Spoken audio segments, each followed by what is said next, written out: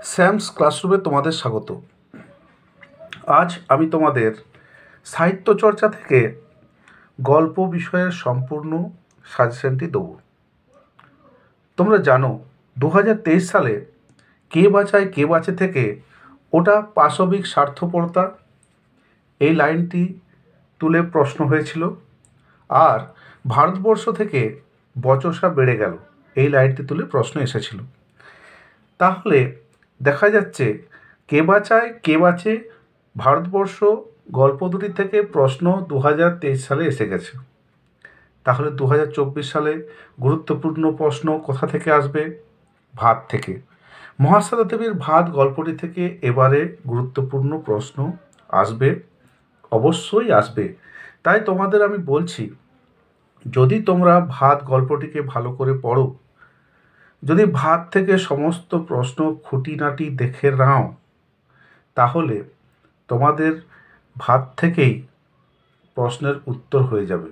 কারণ দুটি প্রশ্ন আসে, তার একটি করতে হয়।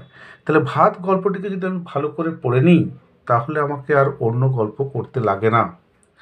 তারপরেও তোমরা যদি একটা গল্প আরও করতে চাও, তাহলে কে বাঁচায় কে বাঁচে করবে, অথবা ভারতবর্ষ করবে। এখন আমি তোমাদের তিনটি গল্প থেকেই গুরুত্বপূর্ণ প্রশ্নগুলি আলোচনা করে নেব।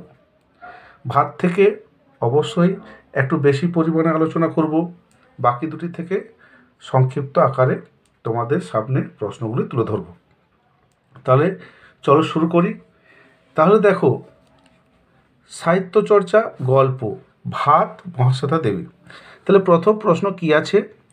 আসল বাধাটার খোঁজ করা হয় না আর উৎসবের।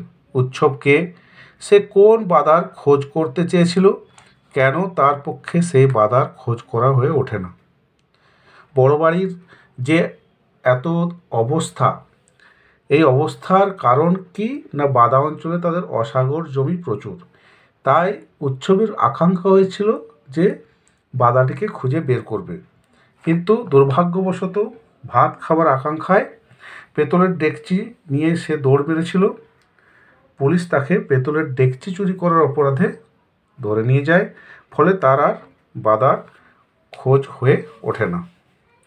পরের যে প্রশ্নটি আছে দেখো, পরের প্রশ্নটি, সকাল হতেই বোঝা গিয়েছিল সর্বনাশের বহরখানা। কার সর্বনাশের কথা বলা হয়েছে? সর্বনাশের বহরখানার পরিচয় দাও। এটা অবশ্যই প্রাকৃতিক দুর্যোগটি, মাতলা নদীর হঠাৎ করে বন্যা হয়ে যাওয়া এবং উৎসবের সংসার ভেসে যাওয়া, সেই ঘটনাটির পরিচয় তোমাদের দিতে হবে। এরপরের যে প্রশ্ন, দাঁতগুলো বের করে সে কামটের মতোই হিংস্র ভঙ্গি করে। কে কার প্রতি এরূপ আচরণ করেছিল, তার এরূপ আচরণের কারণ বিশ্লেষণ করো। এখানে কোন জায়গাটা? এখানে হচ্ছে তোমার যখন বুড়োকর্তা মারা গেল, বাসিনী সব ভাত তরকারি ফেলে দিতে যাচ্ছিল, তখন উৎসব চেয়েছিল তার কাছ থেকে ভাতের হাঁড়ি নিয়ে যেতে। ভাতের হাঁড়ি নিয়ে যখন সে চলে যাবে, বাসিনী বুঝতে পারে, তখন বারণ করলে সে দাঁতগুলি বের করে কামড়ের মতো হিংস্র ভঙ্গি করে। এই জায়গাটি তোমাদেরকে লিখতে হবে। পরের প্রশ্ন, মহাশ্বেতা দেবীর ভাত গল্পে উৎসব চরিত্র বিশ্লেষণ করো। এটি সোজাসাপটা একটি প্রশ্ন। উৎসবের বিভিন্ন যে জায়গাগুলি, সেগুলিকে তোমরা পয়েন্ট করে সুন্দর করে তুলে ধরবে। যদি তোমরা এই নোটটি চাও, তাহলে আমাকে অবশ্যই কমেন্টস করে জানাবে। এরপরের যে প্রশ্ন, তার বিয়ে হয়নি, কার বিয়ে হয়নি, কেন? এখানে কার কথা বলা হয়েছে? বড় পিসিমার কথা বলা হয়েছে।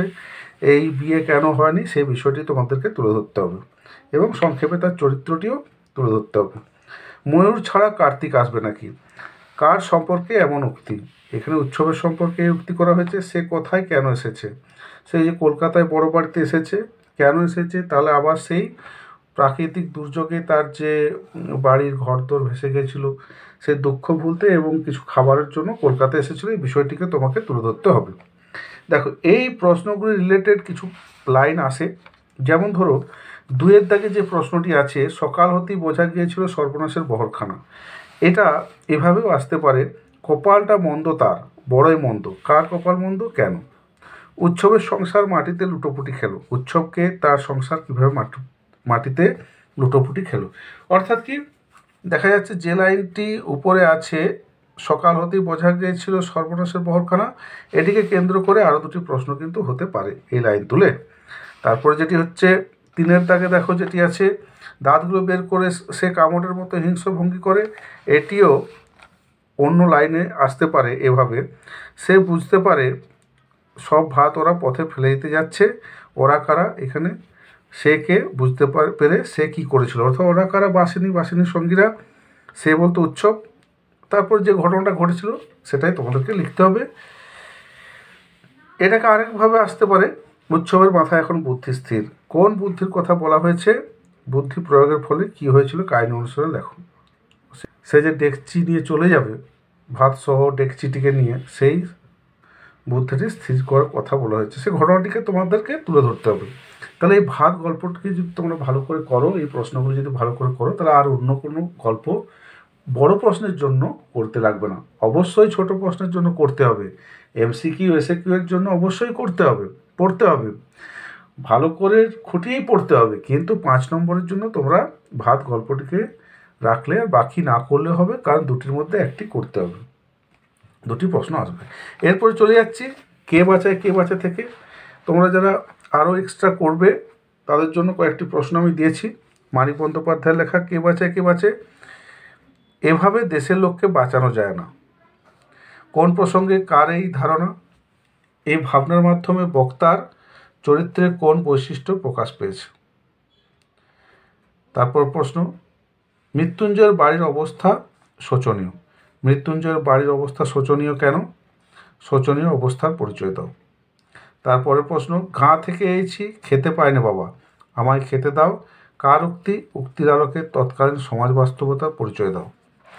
তারপরের প্রশ্ন, সার্সিতে আটকানো মৌমাছির মতো সে মাথা খুঁড়ছে, মৌমাছির সঙ্গে কার তুলনা করা হয়েছে? উক্তিটির তাৎপর্য লেখো। কে বাঁচায় গল্পের নামকরণের সার্থকতা বিচার করো।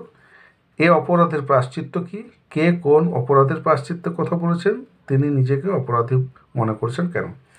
ভাত তো অবশ্যই আসবে, এর সঙ্গে যদি কে বাঁচায় থেকে কোনো প্রশ্ন আরও যে এক্সট্রা করে যেটা আসে দুটোই, তার মধ্যে এই প্রশ্নগুলো ইম্পর্টেন্ট।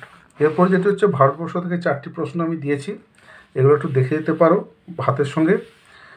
শেষ রোদের বেলায় সে দূরের দিকে ক্রমশ আবছা হয়ে গেল। ভারতবর্ষ থেকে যে প্রশ্ন সৈয়দ মুস্তফা সিরাজের লেখা, সেই প্রশ্নগুলি হলো, শেষ রোদের আলোয় সে দূরের দিকে ক্রমশ আবছা হয়ে গেল, কার কথা বলা হয়েছে? সে ক্রমশ আবছা হয়ে গেল কেন? দেখা গেল এক অদ্ভুত দৃশ্যটি বর্ণনা করো। এই দৃশ্যের মাধ্যমে উদ্দিষ্ট ব্যক্তি কি শিক্ষা দিয়ে গেল? এক অদ্ভুত দৃশ্য দেখা গেল, দৃশ্যটি কি? তারপর যা ঘটেছিল তা নিজের ভাষায় লেখো। সেই সময় এলো এক বুড়ির চেহারার বর্ণনা দাও। গল্পে বুড়ির প্রাসঙ্গিকতা বিচার করো। এই প্রশ্নগুলো করলেই অবশ্যই তোমাদের পরীক্ষায় আসবে। এখন আমি একটা কথা বলবো তোমাদের, এটা গুরুত্বপূর্ণ তথ্য। দেখো, তোমরা যখন এই বড় 5 নম্বরের প্রশ্ন উত্তর লিখবে, তখন অবশ্যই দেখে নেবে নাম্বার বিভাজন, অর্থাৎ পার্ট মার্কিংগুলো কেমনভাবে আছে। যদি ধরো প্রথম দিকে আমি চলে যাই, যেখানে 1 + 1 + 3 5, অবশ্যই চাইবে এই ধরনের প্রশ্নগুলি অ্যাটেন্ড করতে। এই শুধু পাঁচ যেগুলি আছে, যেমন ধরো কে বাঁচায় গল্পের নামকরণের সার্থকতা বিচার করো, এই ধরনের প্রশ্ন অ্যাভয়েড করে এই পার্ট মার্কিং আছে, যে ভাঙা নাম্বারগুলি আছে, সেগুলি দিয়ে করলে তোমাদের নাম্বার কিন্তু বেশি আসবে। যেমন ধরো আমি একটা রেখেছি এখানে, এ অপরাধের প্রায়শ্চিত্ত কি? কে কোন অপরাধের প্রায়শ্চিত্ত কথা বলেছেন? তাহলে এখানে 1 + 1 2 হলো, তিনি নিজেকে অপরাধী বলেছেন, 3 = 5। তাহলে এইখানে যখন তুমি এই উত্তরটি লিখবে, তখন এই 1 কে মৃত্যুঞ্জয় কোন অপরাধ, যে নিজে 4 বেলা খাচ্ছে অথচ অন্যরা না খেয়ে মরছে, একবেলাও খেতে পারছে না, সেই বিষয়টি, এই যে ঘটনাতে তার যে অপরাধ বোধ, সেটি বর্ণনা করতে হবে। তাহলে 5 হলো। তাহলে এটাতে আমি 1 1 2 পাবো, 3ও পাওয়া যেতে পারে।